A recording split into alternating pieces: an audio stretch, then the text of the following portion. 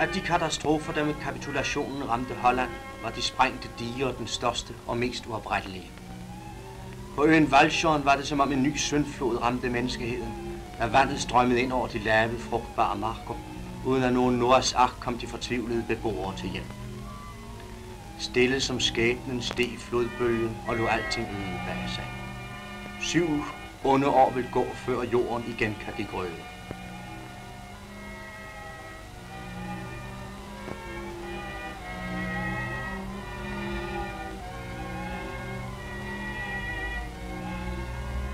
Tomme huse uden døre og vinduer. Eksistensløse mennesker, der på få timer mistede alt, hvad de ejede i verden.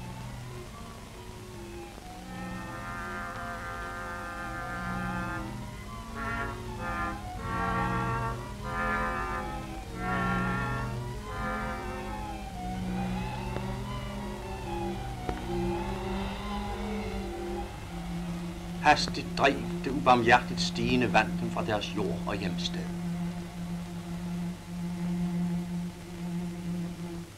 Tusinder af Hollands broer er sprængt som denne.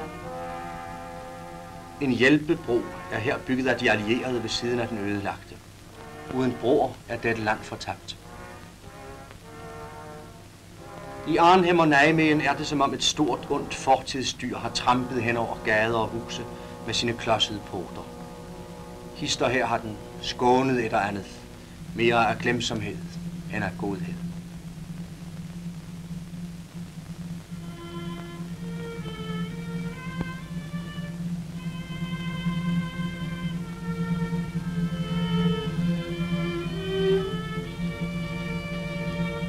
Formålsløst står de tomme butikker som mindesmærker over en svunden tid. Til det sidste bevarer forretningsfolk værdighed. Det er tomme dåser, der fylder vinduerne, og de fristende pølser er af pap.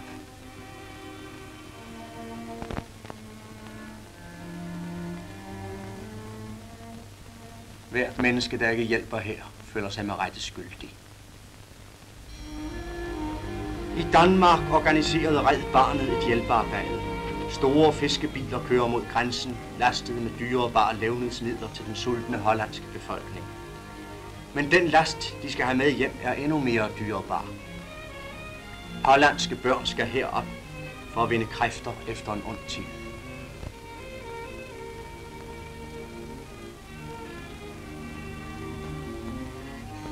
I Groningen aflastes bilerne.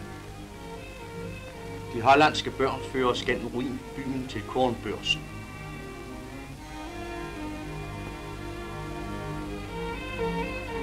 Her samles de og overgives til danskerne, mens deres bagage mærkes og efterses.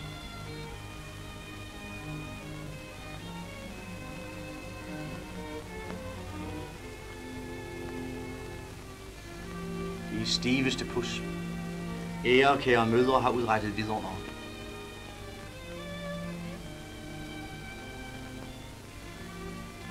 Nej, I kommer ikke med i denne omgang.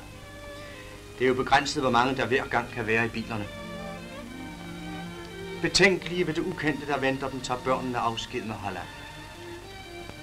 Ængstlige øjne ser ud mellem vognens tremmer. De har oplevet så meget ondt, at de ikke rigtig tør tro på en forandring. Og så går turen til Danmark.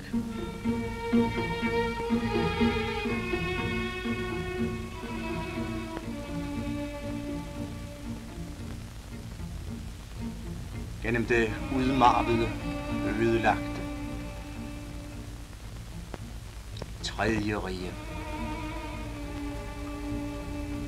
Overalt rækker ruinerne mod himlen, urørlige som stivnede tanker. Døde byer, døde sjæle. Den danske grænse passeres. Børnene bringes til opsamlingslejren i Kruså, hvor de skal tilbringe de første døgn. Det første, de tænker på, er at skrive hjem. Og lejrlederne hjælper dem så godt det kan lade sig gøre, når man taler hver sit sprog. Der skal mange mennesker og store gryder til at lave mad til så mange børn. Man kan ikke give underernærede børn alt for kraftig mad lige med det samme. Deres mave må først trænes op til at tåle det. Den lille pige med de fine ørenringe er 8 år og kan ikke spise selv. Mange af disse børn ser langt yngre ud, end de er. Der har ikke været reserver til at vokse af.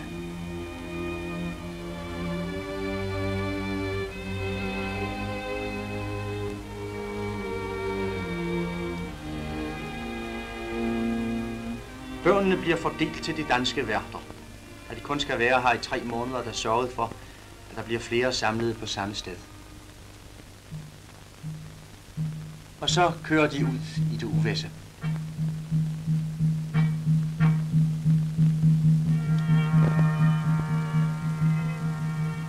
Trætte og fortumlede.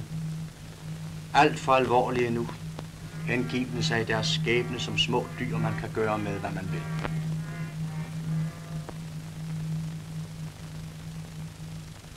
I Sydsjælland oplever 12 små hollændere det danske land og den danske gæstfrihed. De 12 lyse hoveder falder i et med det danske landskab, så kun sproget røber dem som de fremmede fugle, de er.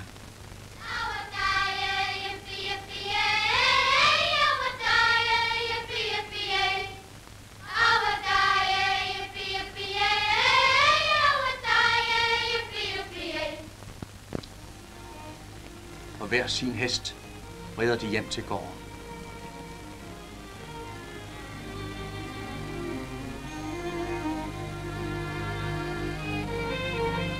Om aftenen kaldes de ind til den daglige afvaskning, og det kan nok være nødvendigt at spule dem rene efter en lang dags leg i mark og haven.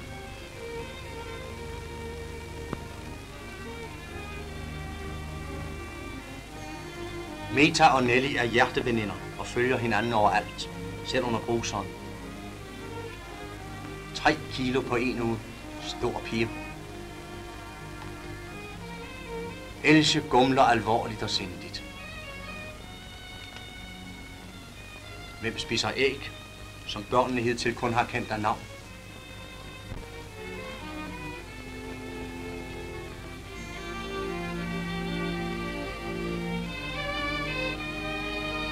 Der skal mere end 6 års krig til at tage humøret fra Meta. Der er kommet en sæk med tøj fra København. Det er spændende, hvad der er i. Det er vist lige en kjole for Nelly. Ja, og så må Else jo også have en. Lav får en dejlig varm trøje. Den bliver rar at have i den hollandske vinter.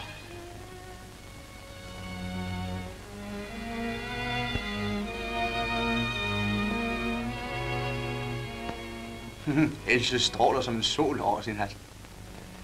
Men de er bliver for små til hvem. En time om dagen er reserveret æbletræerne, og der skal nås en del i den tid. Sunde, friske børn rækker leende mod de lækre frugter. Det lykkelige barnesind har glemt al svunden nød. Pas nat. Mere ramt end disse, og mere forladt. Og der er børn uden far og mor, som aldrig smiler og intet tror. Hjemløse skarer i krigens spor, der kryber over en såret jord. Dyrt må de føle, hvad vi forbrød. Alverdens skændsel er børn i nød. Og ingen af os må finde fred, før vi har hjulpet hvert barn, der lever.